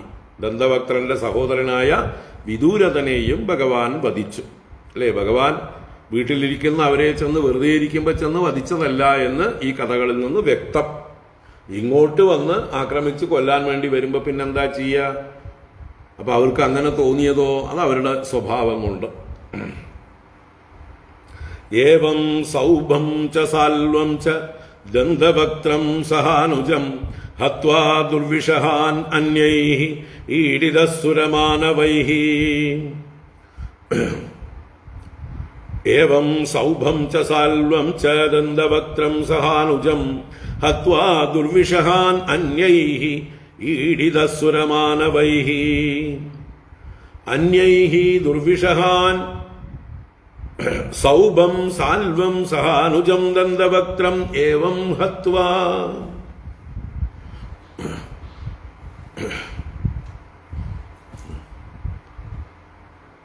ഏവം ഹത്വ, ഇങ്ങനെ ഹനിച്ചിട്ട്. ആരെ? ദന്തവക്ത്രനെയും സഹോദരനെയും സാൽവനെയും സൗഭം എന്ന വിമാനത്തെയും. അവരെങ്ങനെയുള്ളവരാണ്? അന്യൈഹി ദുർവിഷഹാൻ, ലോകത്തില് വേറെ ആർക്കും ഇവരെ സഹിക്കാനാവില്ല എന്ന് പറഞ്ഞാൽ ഇവരെ എതിർക്കാനാവില്ല എന്നർത്ഥം. തടഞ്ഞു നിർത്താൻ മറ്റൊരാൾക്കും കഴിവില്ലാത്തവരാണ്, കഴിയാത്ത അത്രയും ശക്തന്മാരാണ്. അങ്ങനെയുള്ള ശക്തന്മാരായ സൗഭത്തോടുകൂടിയ സാൽവനെയും സഹാനുജം ദന്തവക്ത്രം, വിദൂരഥൻ എന്ന അനുജനോടുകൂടിയ ദന്തവക്ത്രനെയും ഏവം ഹത്വാ, ഇങ്ങനെ കൊന്നിട്ട് സുരമാനവൈഹി ഈഡിത, ദേവന്മാരാലും ഭൂമിയിലുള്ള മനുഷ്യന്മാരാലും സ്തുതിക്കപ്പെട്ടവനായി ഭഗവാൻ. അപ്പൊ ആകാശത്ത് നിന്ന് ദേവന്മാർ ഈ വധം കണ്ടിട്ട് അവർക്കറിയാം ഇത് ആരാണെന്ന്, ഇത് വിജയനാണ്. വിജയന് ഗതി കിട്ടുന്നത് കണ്ടിട്ട് ദേവന്മാര് സന്തോഷിച്ച് ഭഗവാനെ സ്തുതി ചെയ്തു. അതുപോലെ ഭൂമിയിലുള്ള മനുഷ്യന്മാരും ഭഗവാന്റെ പരാക്രമം കണ്ട് സ്തുതിച്ചു. അപ്പോൾ ഈ പറഞ്ഞ ആളുകളെയൊക്കെ വധിച്ചത് കണ്ട് സുരമാനവൈഹി ഈഡിത. അപ്പൊ വിദൂരഥനാണ്, വിദൂരനല്ല, വിദൂരഥൻ. വിദുരനെ ഇപ്പൊ കൊല്ലണ്ട.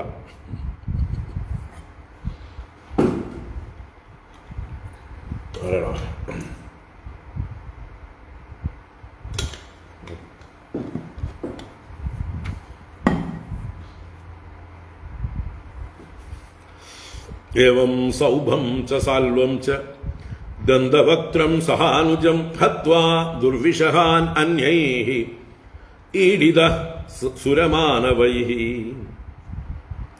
മുനിഭിഃ സിദ്ധഗന്ധർവൈഃ വിദ്യാധരമഹോരഗൈഃ അപ്സരോഭിഃ പിതൃഗണൈഃ യക്ഷൈഃ കിന്നരചാരണൈഃ ഉപഗീയമാന വിജയഃ കുസുമൈരഭിവർഷിതഃ വൃതശ്ച വൃഷ്ണിപ്രവരൈഃ വിവേശാലങ്കൃതാം പുരീം.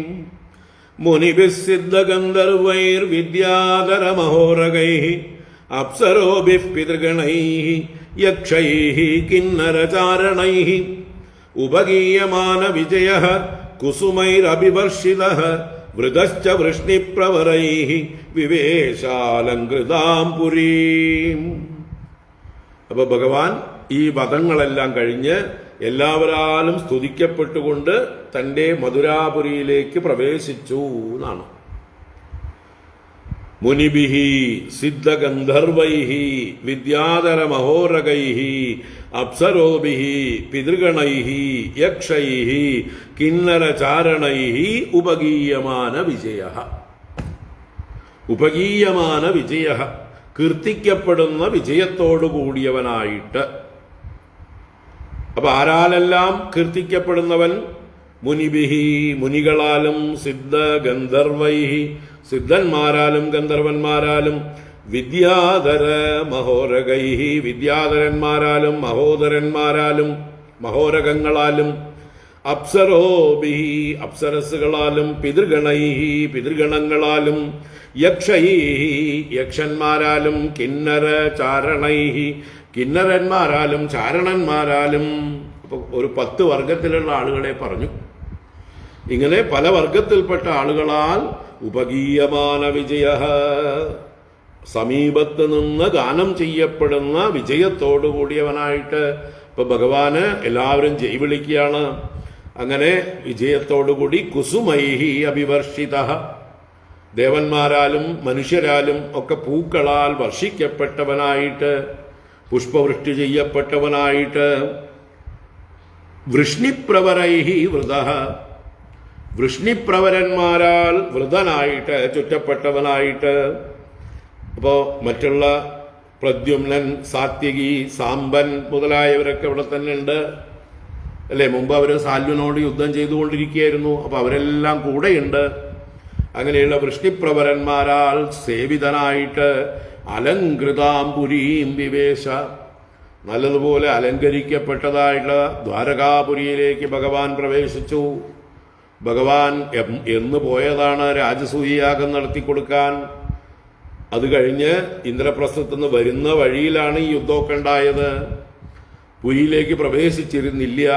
ഇപ്പതാ പണിയൊക്കെ കഴിഞ്ഞപ്പോ ഭഗവാൻ വൃഷ്ണിപ്രവരന്മാരോടുകൂടി ആ പുരിയിലേക്ക്, ദ്വാരകാപുരിയിലേക്ക് പ്രവേശിക്കുകയാണ്. എല്ലാവർക്കും എന്താ പറയുക, ദർശനം നൽകിക്കൊണ്ട്, ആ മറ്റേ ദ്വാരകാപുരവാസികൾക്കെല്ലാം ദർശനം നൽകിക്കൊണ്ട്, എല്ലാവരെയും ആഹ്ലാദിപ്പിച്ചുകൊണ്ട്, ശത്രുക്കളെയെല്ലാം നശിപ്പിച്ച് യുധിഷ്ഠിരന്റെ രാജസൂയയാഗം സാധിപ്പിച്ച് ഭഗവാൻ ഇതാ മടങ്ങി വരുന്നു ആ പുരിയിലേക്ക്. വിവേശ ഏവം യോഗേശ്വര കൃഷ്ണോ ഭഗവാൻ ജഗദീശ്വരഃ ഈയതേ പശുദൃഷ്ടീനാം നിർജിതോ ജയതീതി സഹ. ഏവം യോഗേശ്വര കൃഷ്ണോ ഭഗവാൻ ജഗദീശ്വരഃ ഈയതേ പശുദൃഷ്ടീനാം നിർജിതോ ജയതീതി സഹ. ഏവം ഇപ്രകാരം ഭഗവാൻ ജഗദീശ്വരഃ യോഗേശ്വരഃ സഹ കൃഷ്ണഃ, സർവ ഐശ്വര്യ പരിപൂർണനായിരിക്കുന്നവനും ജഗത്തിന്റെ മുഴുവൻ നിയന്താവായിരിക്കുന്നവനും യോഗബലപ്രദായകനുമായിരിക്കുന്ന ആ കൃഷ്ണൻ, എല്ലാവർക്കും മുക്തിയെ നൽകുന്നവനായ കൃഷ്ണൻ. പശുദൃഷ്ടീനാം നിർജിതഃ ജയതീതീയതേ, പശുദൃഷ്ടികൾക്ക് എന്ന് പറഞ്ഞാലോ വിവേകമില്ലാത്ത ജന്തു സ്വഭാവമുള്ള ആളുകളാണ് പശുക്കൾ.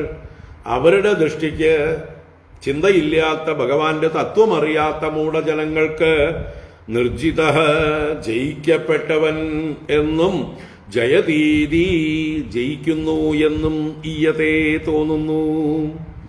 അപ്പൊ അജ്ഞാനികളുടെ ദൃഷ്ടിയിൽ ഭഗവാൻ ജയിക്കപ്പെടുന്നവൻ എന്ന് പറഞ്ഞാൽ ഭഗവാനെ മറ്റുള്ള ആളുകൾ, ശത്രുക്കൾ ജയിക്കുന്നു, ഭഗവാൻ ശത്രുക്കളെ ജയിക്കുന്നു. ഇങ്ങനെയൊക്കെ പലർക്കും തോന്നുന്നു എന്നർത്ഥം. ഭഗവാന് വാസ്തവത്തിൽ ജയവിജയങ്ങളോ പരാജയങ്ങളോ ഒന്നുമില്ല. എല്ലാറ്റിലും തന്നെയാണ് കാണുന്നത്. താൻ തന്നെയാണല്ല, തന്റെ ലീലയാണല്ല.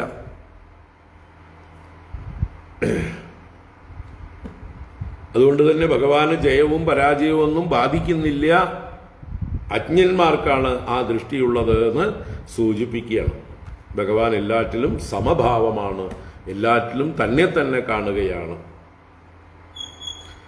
ശ്രുത്വാ യുദ്ധോദ്യമം രാമഃ കുരൂണാം സഹ പാണ്ഡവൈഃ തീർത്ഥാഭിഷേകവ്യാജേന മധ്യസ്ഥഃ പ്രയയൗ കില. ഇനി ഇതുവരയ്ക്ക് ഭഗവാന്റെ വിജയം സ്തുതിച്ചുവെങ്കിൽ ഇനി ബലരാമസ്വാമിയുടെ കഥയിലേക്ക് കടക്കുകയാണ്. ശ്രുത്വാ യുദ്ധോദ്യമം രാമഃ കുരൂണാം സഹ പാണ്ഡവൈഃ തീർത്ഥാഭിഷേകവ്യാജേന മധ്യസ്ഥഃ പ്രയയൗ കില. കുരൂണാം പാണ്ഡവൈ സഹ യുദ്ധോദ്യമം ശ്രുത്വാ. കൗരവന്മാർക്ക് പാണ്ഡവന്മാരോടുകൂടെയുള്ള യുദ്ധത്തിനുള്ള ഒരുക്കങ്ങളെ കുറിച്ച് കേട്ടിട്ട് യുദ്ധം തീരുമാനമായി, അതിന് ഒരുക്കങ്ങൾ നടന്നുകൊണ്ടിരിക്കുകയാണ്. താമസിയാതെ യുദ്ധം ആരംഭിക്കും. അപ്പൊ ഇതിനെക്കുറിച്ച് കേട്ടിട്ട്, യുദ്ധോദ്യമത്തെക്കുറിച്ച്, കൗരവന്മാരും പാണ്ഡവന്മാരും തമ്മിലുള്ള കുരുക്ഷേത്ര യുദ്ധത്തെക്കുറിച്ച് കേട്ടിട്ട് മധ്യസ്ഥഃ എന്ന് പറഞ്ഞാല് രണ്ടു പക്ഷത്തും ചേരാതെ, മധ്യേ സ്ഥിതഃ, കൗരവപക്ഷത്തുമില്ല പാണ്ഡവപക്ഷത്തുമില്ല എന്ന് നിശ്ചയിച്ചുകൊണ്ട് മധ്യസ്ഥനായിട്ട് രാമഃ, ഈ രാമൻ, ഇവിടെയുള്ള രാമൻ ഭാഗവതം ദശമസ്കന്ധത്തിൽ രാമൻ എന്ന് പറഞ്ഞാൽ ഒരു രാമനേ ഉള്ളൂ. ഏത് രാമൻ? ബലരാമൻ. നമ്മൾ കോൺടെക്സ്റ്റില് ഏത് രാമൻ എന്ന് എടുക്കണം അല്ലേ? നവമസ്കന്ധത്തിൽ പരശുരാമചരിതം പറയുമ്പോൾ രാമഃ എന്ന് പറഞ്ഞാൽ ഏത് രാമൻ? അത് പരശുരാമൻ.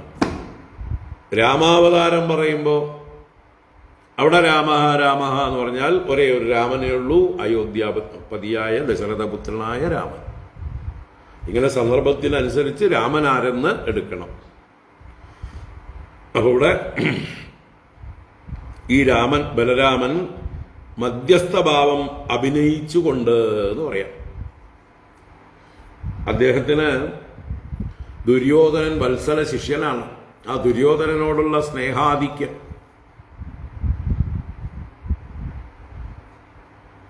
ദുര്യോധനൻ ബലരാമനോട് നല്ലോണമെന്ന് അഭ്യർത്ഥിച്ചിരുന്നെങ്കിൽ ചിലപ്പോൾ കൂടെ പോയേനെ. ഭാഗ്യം അങ്ങനെ തോന്നിയില്ല.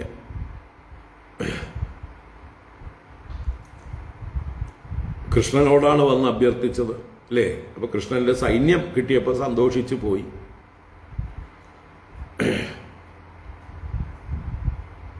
അപ്പോ തന്റെ ശിഷ്യനായ ദുര്യോധനോടുള്ള അതിവാത്സല്യം കൊണ്ട് മറ്റേ പാണ്ഡവ പക്ഷത്ത് നിൽക്കേണ്ടവനായ ബലരാമൻ ആ പക്ഷത്ത് നിന്നില്ല. തന്റെ അനുജനായ ഭഗവാൻ പാണ്ഡവ പക്ഷത്ത് നിൽക്കുന്നുണ്ട്. അപ്പൊ ഭഗവാൻ ഏതു പക്ഷത്ത് നിൽക്കുന്നുവോ ആ പക്ഷത്ത് തനിക്ക് മര്യാദയ്ക്ക് നിന്നാൽ മതി. അത് ചെയ്യാതെ ഭഗവാനോട് അല്പം മത്സരത്തോടു കൂടിയിട്ട്, ഭഗവാന് പക്ഷപാതമുണ്ട് എന്ന് വേണമെങ്കിൽ പറയാം അല്ലേ? ബലരാമന്റെ ദൃഷ്ടിയിൽ അങ്ങ് പാണ്ഡവ പക്ഷപാതിയാണ്, എനിക്ക് അതുപോലെ ഒന്നും ആവാൻ പറ്റില്ല, എനിക്ക് രണ്ടു കൂട്ടരും ഒരുപോലെയാണ്, ഞാൻ ഈ യുദ്ധത്തിനൊന്നും ഇല്ല എന്ന് പറയും പോലെ അഭിനയിച്ചുകൊണ്ട് തീർത്ഥാഭിഷേക വ്യാജേന പ്രയയൗ കില. വളരെ നല്ല പ്രയോഗമാണ്. തീർത്ഥാഭിഷേക വ്യാജേന. ആ വ്യാജേന അടിവരയിട്ട് മനസ്സിലാക്കിക്കൊള്ളൂ. തീർത്ഥാഭിഷേകം, തീർത്ഥങ്ങളിൽ ചെന്ന് സ്നാനം ചെയ്യാൻ പോവാണ്, ഞാൻ തീർത്ഥാടനത്തിന് പോവാണ് എന്നുള്ള വ്യാജേന പ്രയയൗ കില. പോയി ഇത്രേ, പ്രയാണം ചെയ്തു ഇത്രേ. ആള് എസ്കേപ്പ് ചെയ്തു എന്നർത്ഥം. ഇവിടുന്ന് രക്ഷപ്പെടാൻ വേണ്ടി പറഞ്ഞ ഒരു ന്യായമാണ് ഞാൻ തീർത്ഥാടനം പോകുന്നു എന്ന്. ഈ സമയത്താണോ തീർത്ഥാടനം പോകേണ്ടത്? വേറെ ഇത് കഴിഞ്ഞിട്ടും ഇതിനു മുമ്പും ഒക്കെ സമയം ഉണ്ടായിരുന്നില്ലേ തീർത്ഥാടനത്തിന്? അപ്പൊ ഈ ക്രിട്ടിക്കലായിട്ടുള്ള അവസ്ഥയില് അല്ലേ, നമ്മുടെ അച്ഛനോ അമ്മയോ ICUവിൽ കിടക്കുകയാണ്, അങ്ങോട്ടോ ഇങ്ങോട്ടോ എന്ന് പറഞ്ഞിട്ട്, അപ്പോഴാണോ നമ്മൾ പിക്നിക്ക് പോവുക, ടൂറ് പോവുകയൊക്കെ ചെയ്യുക, തീർത്ഥാടനം പോകുന്നതൊക്കെ അപ്പോഴാണോ? ഒരിക്കലും അല്ല. ഇപ്പോൾ ഇവിടെ അതിനേക്കാൾ ഗുരുതരമായിട്ടുള്ളൊരു അവസ്ഥയാണ്. താൻ വിചാരിച്ചാൽ ഈ യുദ്ധത്തിന് ഒരു വിരാമമുണ്ടാക്കാൻ സാധിക്കും എന്നിരിക്കെ, കാരണം ബലരാമൻ ശക്തനാണ്, ബലരാമനെ ദുര്യോധനാദികൾക്ക് പേടിയുണ്ട്, മുമ്പൊരിക്കൽ തെളിയിച്ചതാണ് അല്ലേ? സാമ്പൻ ലക്ഷ്മണയെ വിവാഹം കഴിച്ച സന്ദർഭത്തില് സ്വയംവരത്തിൽ ലക്ഷ്മണയെ തട്ടിക്കൊണ്ടുവരാൻ പോയ സമയത്ത് സാമ്പനെ ദുര്യോധനാദികൾ ഹസ്തിനപുരത്ത് ബന്ധിച്ചപ്പോൾ ഉദ്ധവനോടുകൂടി അല്ലേ ബലരാമസ്വാമി മാത്രം പോയിട്ട് സാമ്പനെ മോചിപ്പിക്കാനായിട്ട് ആജ്ഞാപിച്ചപ്പോൾ അവർ സമ്മതിച്ചില്ല, പരിഹസിച്ചു. കോപിച്ച ബലരാമൻ എന്ത് ചെയ്തു? കലപ്പ കൊണ്ട് ഹസ്തിനപുരത്തെ മൊത്തത്തിൽ കളച്ച് ഗംഗയിലേക്ക് മറിച്ചിടാനായി കൊണ്ട് പുറപ്പെട്ടു. ഈ സമയത്ത് കൗരവന്മാർ മുഴുവൻ ഭയപ്പെട്ട് രാമനെ സ്തുതിച്ച് കാൽക്കൽ വീണ് ക്ഷമാപണം ചെയ്ത് സാമ്പനെ മോചിപ്പിച്ച് ലക്ഷ്മണയെ വിവാഹം കഴിപ്പിച്ച് ധാരാളം സമ്മാനങ്ങളോടുകൂടി അയച്ചതാണ്. ആ കലപ്പ എവിടെ പോയി? ആ ശൗര്യം എവിടെ പോയി? ആ രീതിയിൽ ഒന്ന് ദുര്യോധനനോട് ചെന്ന് കൃഷ്ണൻ ദൂത് പോകുന്നതിന് മുമ്പേ ഞാൻ പോവാം എന്ന് പറഞ്ഞ് പോകേണ്ടതല്ലേ? ഈ യുദ്ധം ഒഴിവാക്കാനായിക്കൊണ്ട് ഞാൻ ശ്രമിക്കാം, യുദ്ധം നല്ലതിനല്ല, ലോകനാശത്തിനാണ്, അതുകൊണ്ട് ഞാനിതിൽ ഇടപെടാം, കൃഷ്ണൻ അവിടെ ഇരിക്കെ, ഞാൻ പറഞ്ഞാൽ ദുര്യോധനൻ കേൾക്കും എന്ന് പറഞ്ഞ് കലപ്പയെടുത്തിട്ടൊന്ന് പോയിരുന്നെങ്കിൽ മര്യാദയ്ക്ക് ദുര്യോധന അവരുടെ പാതി രാജ്യം കൊടുക്ക്. അവർ വാക്ക് പാലിച്ചിട്ടാ വന്നിരിക്കണത്. 12 വർഷം വനവാസവും 1 വർഷം അജ്ഞാതവാസവും കഴിച്ചിട്ടാ വന്നിരിക്കണത്. അവർ നിങ്ങളുടെ സഹോദരന്മാരല്ലേ? അവരർഹിക്കുന്നവരല്ലേ? പാണ്ഡുവിന്റെ മക്കളല്ലേ? മുഴുവൻ കൊടുക്കണ്ട, അവരർഹിക്കുന്ന ഇന്ദ്രപ്രസ്ഥം വിട്ടുകൊടുക്ക് എന്ന് പറഞ്ഞൊന്ന് ആജ്ഞാപിച്ചിരുന്നെങ്കിൽ കഥയെ മാറിയനെ. മഹാഭാരതം എന്നൊരു പുസ്തകം തന്നെ ഉണ്ടാവില്ലായിരുന്നു അല്ലേ? വ്യാസന് എഴുതാൻ പണിയുണ്ടാവില്ല. അപ്പൊ ഇതൊക്കെ ഒരു ഈശ്വര നിശ്ചയം തന്നെയാണ്. എങ്കിലും ബലരാമൻ ഇവിടെ എസ്കേപ്പ് ചെയ്യാണ് ചെയ്തത്, തീർത്ഥയാത്ര വ്യാജേന. അപ്പൊ ഭഗവാന്റെ സങ്കല്പമാണിത്. ദുഷ്ടന്മാരായിട്ടുള്ള ദുര്യോധനാദികളെ വധിക്കണം, ഭൂമിയുടെ ഭാരം തീർക്കണം. ഇവർ തമ്മിലുള്ള യുദ്ധത്തിലൂടെ അത്രയും ആളുകളെ വധിക്കാനുണ്ട്. അതുകൊണ്ട് ഭഗവാന്റെ നിശ്ചയം എന്ന് വേണമെങ്കിൽ പറയാം. എന്തായാലും ഇദ്ദേഹത്തിന് ഇങ്ങനെയാണ് തലതിരിഞ്ഞാണ് തോന്നിയത്, തീർത്ഥ അഭിഷേക വ്യാജം. അങ്ങനെ അദ്ദേഹം അവിടെ നിൽക്കാതെ സ്ഥലം വിട്ടു തീർത്ഥയാത്രയായിട്ട്. പിന്നീട് അദ്ദേഹം എന്ത് ചെയ്തു എന്ന് പറയണം. സ്നാത്വാ പ്രഭാസേ സന്തർപ്യ ദേവർഷി പിതൃമാനവാൻ സരസ്വതീം പ്രതിസ്രോതം യയൗ ബ്രാഹ്മണ സംവൃതഃ. സ്നാത്വാ പ്രഭാസേ സന്തർപ്യ ദേവർഷി പിതൃമാനവാൻ സരസ്വതീം പ്രതിസ്രോതം യയൗ ബ്രാഹ്മണ സംവൃതഃ. സ്നാത്വാ പ്രഭാസേ സന്തർപ്യ ദേവർഷി പിതൃമാനവാൻ. പ്രഭാസം അവിടെ ദ്വാരകയ്ക്ക് അടുത്ത് തന്നെയുള്ള സമുദ്രതീരത്തുള്ള തീർത്ഥമാണ്, അധിക ദൂരമില്ല. അവിടെ ആദ്യം പ്രഭാസ തീർത്ഥത്തിലേക്ക് ചെന്നു. അവിടെ ചെന്ന് സ്നാനം ചെയ്തിട്ട് ദേവ ഋഷി പിതൃ മാനവാൻ സന്തർപ്യ. ദേവന്മാര് ഋഷിമാര് പിതൃക്കൾക്ക് വേണ്ട തർപ്പണങ്ങളും ഭൂമിയിലുള്ള മനുഷ്യരെയും ദാനാദികളൊക്കെ കൊടുത്ത് സന്തർപ്യ. അല്ലേ? ദേവന്മാർക്ക് കൊടുക്കേണ്ട തർപ്പണം, ഋഷിമാർക്ക് കൊടുക്കേണ്ട തർപ്പണം, പിതൃക്കൾക്ക് കൊടുക്കേണ്ട തർപ്പണം എല്ലാം ചെയ്തു. അതുപോലെ ചുറ്റുമുള്ള മനുഷ്യർക്ക് കൊടുക്കേണ്ടതായിട്ടുള്ള ദാനാദികൾ കൊടുത്ത് അവരെയും തർപ്പണം ചെയ്ത്. തർപ്പണം ചെയ്യാന്ന് പറഞ്ഞാൽ എന്താർത്ഥം? തൃപ്തിപ്പെടുത്തുക, സന്തോഷിപ്പിക്കുക. വിശക്കുന്ന ഒരാൾക്ക് ഭക്ഷണം കൊടുക്കുന്നത് ഒരു തർപ്പണമാണ്. വാക്കുകളുടെ അർത്ഥം അറിയാത്തത് കൊണ്ട് പേടിക്കേണ്ട ആവശ്യമൊന്നുമില്ല. തർപ്പണം ചെയ്യാന്ന് പറഞ്ഞാൽ അത് മരിച്ചവർക്കുള്ളതല്ലേ എന്ന് ചോദിക്കരുത്. തൃപ്തിപ്പെടുത്തുന്ന പ്രക്രിയയാണ് തർപ്പണം. അപ്പൊ മനുഷ്യരെയും സന്ദർഭ്യ സമ്യക്കാകും വണ്ണം തർപ്പണം ചെയ്ത് സരസ്വതീം പ്രതിസ്രോതം ഗയൗ. സരസ്വതിയെ അനുസ്രോതമല്ല, പ്രതിസ്രോതം. അനുസ്രോതം എന്ന് പറഞ്ഞാൽ ഒഴുക്കിനനുസരിച്ച് താഴോട്ട്, സ്രോതസ് എന്ന് പറഞ്ഞാൽ പ്രവാഹം, അനുസ്രോതം പ്രവാഹത്തിന്റെ ഗതിക്ക് അനുസരിച്ച്, പ്രതിസ്രോതം ഒഴുക്കിനെതിരെ എന്ന് വെച്ചാൽ സരസ്വതിയുടെ സോഴ്സിലേക്ക്, എവിടുന്നാണ് സരസ്വതി വരുന്നത് അതിന് അഭിമുഖമായിട്ട് ഇങ്ങനെ സഞ്ചരിച്ചു. സരസ്വതി നദിയുടെ ഉത്തരഭാഗത്തേക്ക് സഞ്ചരിച്ചു എന്നർത്ഥം. അങ്ങനെ ആരോട് കൂടെ? ബ്രാഹ്മണ സംവൃത. അപ്പൊ അദ്ദേഹത്തിന്റെ കൂടെ കുറെ ബ്രാഹ്മണരെയും കൂട്ടി എന്നർത്ഥം. ബലരാമസ്വാമിയുടെ കൂടെ പോയാൽ കുശാലാണ്, ബ്രാഹ്മണർക്ക് എവിടെ പോയാലും ധാരാളം നല്ല ഭക്ഷണവും സമ്മാനങ്ങളും ഒക്കെ കിട്ടും, അല്ലേ? അപ്പൊ ബലരാമസ്വാമിക്കും ഒരു പൊങ്ങച്ചായി, കൂടെ ഇരിക്കട്ടെ കുറെ ബ്രാഹ്മണര് എന്നെ സേവിച്ചുകൊണ്ട്, എനിക്ക് ജയ് വിളിച്ചുകൊണ്ട്, ഞാൻ സഞ്ചരിക്കുന്നിടത്തൊക്കെ മന്ത്രങ്ങൾ ചൊല്ലിക്കൊണ്ട്, അല്ലേ? അപ്പൊ എന്തായാലും ബ്രാഹ്മണരും കൂടെ ചെന്നു എന്നറിയുക. അങ്ങനെ തീർത്ഥാടന വ്യാജേന പോവുകയാണ്. പൃഥൂതകം ബിന്ദുസരഃ ത്രിതകൂപം സുദർശനം വിശാലം ബ്രഹ്മതീർത്ഥം ചക്രം പ്രാചീം സരസ്വതീം യമുനാം അനുയാന്യേവ ഗംഗാം അനുജ ഭാരത ജഗാമ നൈമിഷം യത്ര ഋഷയഃ സത്രമാസതേ. പൃഥൂതകം ബിന്ദുസരഃ ത്രിതകൂപം സുദർശനം വിശാലം ബ്രഹ്മതീർത്ഥം ചക്രം പ്രാചീം സരസ്വതീം യമുനാം അനുയാന്യേവ ഗംഗാം അനുജ ഭാരത ജഗാമ നൈമിഷം യത്ര ഋഷയഃ സത്രമാസതേ. അപ്പൊ യമുനാം അനു, അപ്പൊ കുറെ ദൂരം സരസ്വതിയെ ചെന്ന് പോയി. അത് കഴിഞ്ഞ് യമുനയിലേക്ക് പോയി. യമുനയ്ക്ക് അനുസരിച്ച്, യമുന ഒഴുകുന്ന ഗതിക്ക് അനുസരിച്ച് പോയി. അനു എന്ന് പറഞ്ഞാലോ, യമുന എവിടേക്കാ ഒഴുകുന്നത്? യമുന ഒഴുകുന്നത് കിഴക്കോട്ടേക്കാണ്. സരസ്വതി പടിഞ്ഞാറ് നിന്ന്, മറ്റേ വടക്ക് നിന്ന് പടിഞ്ഞാറോട്ടേക്ക് ഒഴുകുന്നതായിരുന്നു സരസ്വതി. ഇപ്പൊ സരസ്വതി ഗൂഢമാണ്, ഇപ്പൊ കാണാൻ പറ്റില്ല. പണ്ട് സരസ്വതി ഒഴുകിയിരുന്നത് രാജസ്ഥാൻ, ഗുജറാത്ത് വഴിക്ക് അറബിക്കടലിലേക്കായിരുന്നു. അതിന്റെ അടയാളങ്ങൾ ഇപ്പോഴും അവശേഷിക്കുന്നുണ്ട്. സാറ്റലൈറ്റ് പിക്ചേഴ്സിലൂടെ ആ ഭാഗത്തുള്ള ഭൂമിയെ നോക്കിയാൽ ആ ഒരു നദി ഒഴുകിയിരുന്നതിന്റെ ലക്ഷണങ്ങളും അതിന്റെ രണ്ട് തീരത്തായിട്ട് ജനങ്ങൾ സെറ്റിൽ ചെയ്തതിന്റെ ലക്ഷണങ്ങളും ഇപ്പോഴും അതിന്റെ തുടർച്ചയായിട്ടുള്ള ജനവാസ കേന്ദ്രങ്ങളെയും കാണാം. അപ്പോ പണ്ടൊക്കെ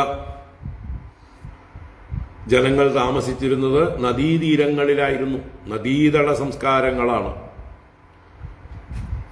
നദിയുടെ തീരത്ത് നല്ലോണം വെള്ളം കിട്ടും, കൃഷി ചെയ്യാം, സുഭിക്ഷമായിട്ട് വെള്ളവും ഭക്ഷണവും കഴിച്ചുകൊണ്ട് കഴിഞ്ഞുകൂടാം.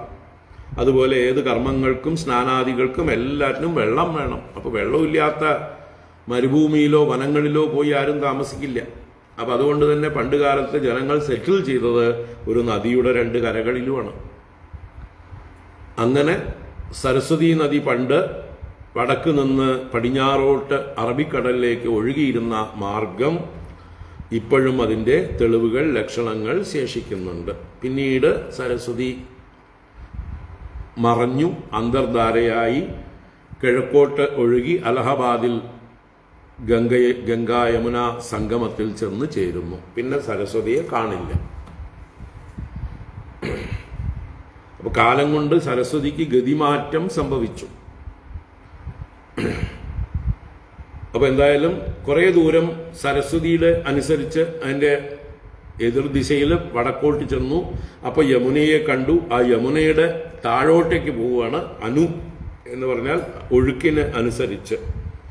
യമുനാം അനു, ഗംഗാം അനു, പിന്നീട് ഗംഗയ്ക്കനുസരിച്ചും.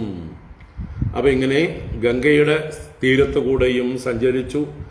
എന്നിട്ട് നൈമിഷം യത്ര, നൈമിഷം എന്ന് പറയുന്ന സ്ഥലത്ത് എത്ര ഋഷയ സത്രമാസത്തെ, ഋഷികൾ സത്രത്തെ അനുഷ്ഠിക്കുന്നുവോ തത്ര ജഗാമ, അവിടേക്ക് ഗമിച്ചു. അപ്പൊ അതിനു മുമ്പ് എവിടെയൊക്കെ പോയി എന്നുള്ളതും ഇവിടെ സൂചിപ്പിക്കുന്നുണ്ട്. പൃഥൂതകം ബിന്ദുസരഃ ത്രിതകൂപം സുദർശനം വിശാലം ബ്രഹ്മതീർത്ഥം ചക്രം പ്രാചീം സരസ്വതീ. അപ്പൊ ഈ യമുനയിലേക്ക് തിരിയുന്നതിന് മുമ്പ് പൃഥൂതകം, പൃഥൂതകം എന്ന് പറയുന്ന തീർത്ഥം, ബിന്ദുസരഃ, ബിന്ദുസരസ് അല്ലെ, നമ്മുടെ കർദമ പ്രജാപതി തപസ് ചെയ്ത് ഭഗവാന്റെ കണ്ണുനീർത്തുള്ളി വീണ് ഉണ്ടായ സരസ്, ദേവഹൂതി ദേവി താമസിച്ചിരുന്ന സ്ഥാനം. അപ്പൊ ആ ബിന്ദു സരസ് ത്രിതകൂപം, ത്രിതകൂപം എന്നറിയപ്പെടുന്നതായിട്ടുള്ള സ്ഥാനം. സുദർശന തീർത്ഥം, സുദർശനം എന്ന് പറയുന്ന തീർത്ഥം. വിശാലം, വിശാലം എന്ന് പറഞ്ഞാൽ ബദരിയാണ്, ബദരീനാഥം. അപ്പൊ വിശാലം. ബ്രഹ്മതീർത്ഥം, ബ്രഹ്മതീർത്ഥം എന്ന് പറയുന്നത് പുഷ്കരമായിരിക്കും. പുഷ്കർ, ഹരിയാനയിലല്ലേ, ഹരിയാന രാജസ്ഥാൻ ബോർഡറിൽ പുഷ്കർ എന്ന് പറയുന്നതായിട്ടുള്ള സ്ഥാനത്തും. ചക്രതീർത്ഥം, ചക്രതീർത്ഥം എന്നുള്ളത് നൈമിശാരണ്യത്തിൽ തന്നെ ബ്രഹ്മാവിന്റെ ചക്രം വീണതാവാം. അതല്ലെങ്കിൽ ചക്രതീർത്ഥം എന്ന് പറയുന്നത് നേപ്പാളിലെ ചക്രാനദി, പശുപതിനാഥിന്റെ അടുത്തുള്ള ചക്രാനദി. അപ്പൊ ഇങ്ങനെയുള്ള പുണ്യസ്ഥലങ്ങളിലേക്കൊക്കെ ഒഴുകിയിട്ട് പ്രാചീം സരസ്വതി, കിഴക്കോട്ടൊഴുകുന്ന സരസ്വതിയിലൂടെ പോയി യമുനയും ഗംഗയും സംഗമിക്കുന്ന പ്രയാഗരാജ് പോലെയുള്ള സ്ഥലങ്ങളിലൊക്കെ ചെന്ന് അതിൻ്റെ അടുത്ത് തന്നെയുള്ള നൈമിശാരണ്യത്തിലേക്ക് ചെന്നു. അതാണ് എവിടെയാണോ ഋഷീശ്വരന്മാർ അല്ലെങ്കിൽ ശൗനകാദികൾ സത്രം അനുഷ്ഠിക്കുന്നത് ആ നൈമിശാരണ്യത്തിലേക്ക് അദ്ദേഹം ചെന്നു, ജഗാമ. ഇനി അവിടെയാണ് ചില സംഭവങ്ങൾ ഉണ്ടാകാൻ പോകുന്നത്. അത് നമുക്ക് വൈകുന്നേരം കാണാം. ഇപ്പൊ നിർത്താം. ഓം കായേന വാചാ മനസേന്ദ്രിയൈർവാ ബുദ്ധ്യാത്മനാ വാ പ്രകൃതേ സ്വഭാവാത് കരോമി യദ്യത് സകലം പരസ്മൈ നാരായണായേതി സമർപ്പയാമി. ഓം ശാന്തി ശാന്തി ശാന്തി. ഹരി ഓം ശ്രീ ഗുരുഭ്യോ നമഃ. ഹരി ഓം നാരായണ. അപ്പോൾ അതിൻ്റെ തുടർച്ച വൈകുന്നേരം നോക്കാം. ഹരി ഓം. എല്ലാവർക്കും ശുഭദിനം.